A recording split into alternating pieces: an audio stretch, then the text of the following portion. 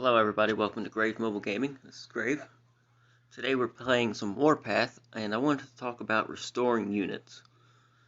So after you get your first 5 bear axes, and you have your 5 main units that you've been upgrading and putting a lot of time and effort to, you might get a 6th or even a 7th tank or infantry unit or artillery. And you might really want to use that one instead. It might be a little bit higher in the ranking system, or it might just be a unit that you want to use because you have too many heavy tanks or something. This happens quite often. For example, I have my E50 tank, which is only a 6 star, and then I have my Valentine L, which is a 6.1 star. However, I don't have the necessary ammunition and arms experience to upgrade my Valentine to a level to match my E50 tank. And this is an issue because getting ammunition is very, very time consuming. It takes a lot to get anywhere with it. So if you go into your joint factory and you go to disassemble and you go down here to unit restoration, if I click on the tank, which they can't be in your army at the time, but if I were to unequip my E50 tank, it would show up down here, and I can click on it and I can restore it. So restoring it only costs 20 gold, which is a lot cheaper than having to buy 9,000 bullets to get it up to level 70. Well, that's just from 60 to 70 actually, so it's more like 20,000. But when I restore it, I will receive back all the ammunition I put into it, all of my components that I put into it. It will put all of the parts that were equipped back into my holding, and I will get all my arms EXP back. Therefore, the top 5 tanks that I have, I can keep switching tanks around that I want or that I need, and I can do it for 20 gold without having to grind to level it back up. So what I did was I originally had the Valentine tank as my main unit, but I just really personally like the German heavy armor, so I wanted the E50 tank, even though it's only a 6 star and it's a 6.1 star. I took a little bit of a power hit doing so, but in order to get it up to level 70 real quick, I had to restore my Valentine tank to level 0, which gave me all the necessary tools to raise up my E50 tank. Now, I did do something bad, and that was, upon restoring my Valentine tank to level 0, I accidentally disassembled the parts for it, so I can't. If I were to restore my E50 back down to level 0 and put my Valentine tank back up to level 70, I don't have the parts for it anymore because I accidentally disassembled those. So make sure that when you do restore your units that you don't disassemble your parts unless you want to, because they're hard to get sometimes, especially those higher ranked ones. Unfortunately, there's no way to separate parts at this moment. There is a rating system, but you have to actually own the part. So when I'm in the parts tab, I can't tell if it's good or bad unless I actually go in here and look at the stats and then compare it to my tank. And that's one thing I dislike about this game, is there really is no rating system. After I make the part, it'll give me a rating system. It's usually between 100 is a very low rating, 300 is what parts I got on my tanks now. Let's see, 333. This one's only 2. It's probably 2. But yeah, I just wanted to talk about unit restoration because when you do that, it allows you to switch your tanks quickly without having to use or grind a bunch of more ammunition, arms, EXP, and you get your components back. So that's really good for when you're able to modify your tiger tanks or whatever it may be. You'll get those gears back, and then you can put that into your new tank.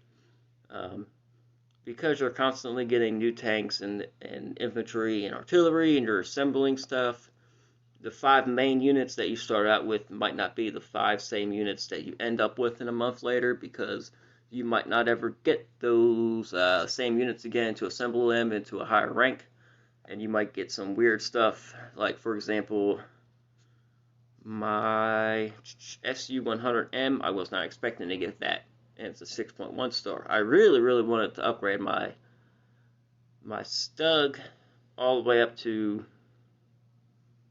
the Jagged Panther. However, I kept using those to merge into my Tigers to make them higher level, so I ended up with the SU-100M, which is a 6.1 star. So I had to disassemble my Wolverine, which was only a 6 star. I had to restore that to level 0, and then everything that's in here was my Wolverine.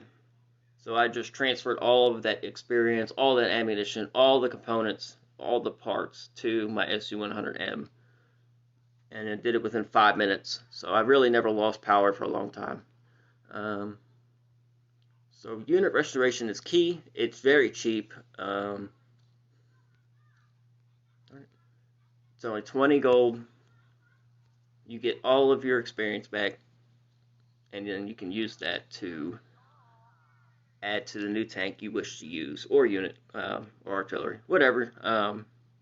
I prefer to kind of space out my units. I got one tank destroyer, I got one artillery unit, I got a super heavy, a heavy, and an infantry. To kind of just balance out the whole. I mean, I don't have a medium or light tank, but there's more variations of units than there are actual barracks, so you can't have one of each. So that's where a lot of strategy comes in. I guess it depends on what you want to do, how you want to do it. There is no wrong way to do it. You just want to have the most powerful, the highest ranked units you can. So that changes often. In a month from now, my SU-100 might be worthless, and I might have something completely different, and I'll have to transfer those. But the unit restoration is a great concept in this game. It's a great feature. It helps you to keep your top 5 all the same. Just remember, don't delete your parts by accident unless you need to and you've already decided that that part is no longer worth it. I made that mistake. Please don't make it. The great thing about this game is, you don't really need to spend a whole lot of money to get a lot of things in this game. I would suggest getting the arms deal. It's $9.99, 30 days. You get extra tech queue, extra production queue.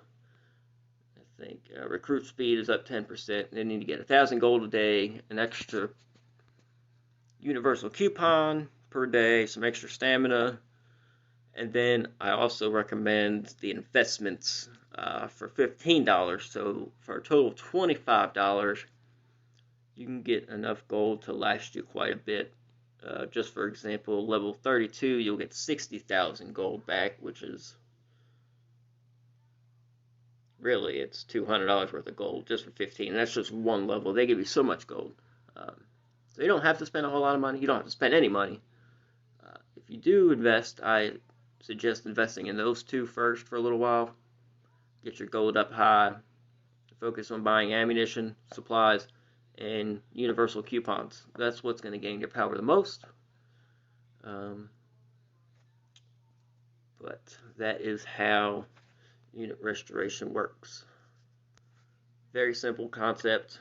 20 gold ain't a lot. That's not a lot at all. You'll get more than that free per day than anything. I just received everything I invested. Yeah, it was only level 30, granted, but I didn't really put much into it.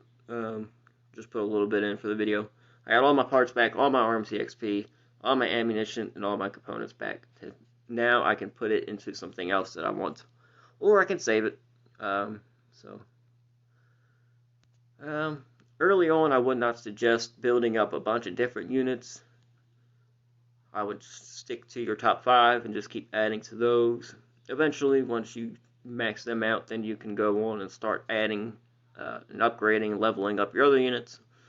Not necessary early on. So I hope this video helps. If there's anything you guys want to know about, talk about, just let me know. Comment, like, subscribe, please. I appreciate it. And I'll be back with some more videos this week.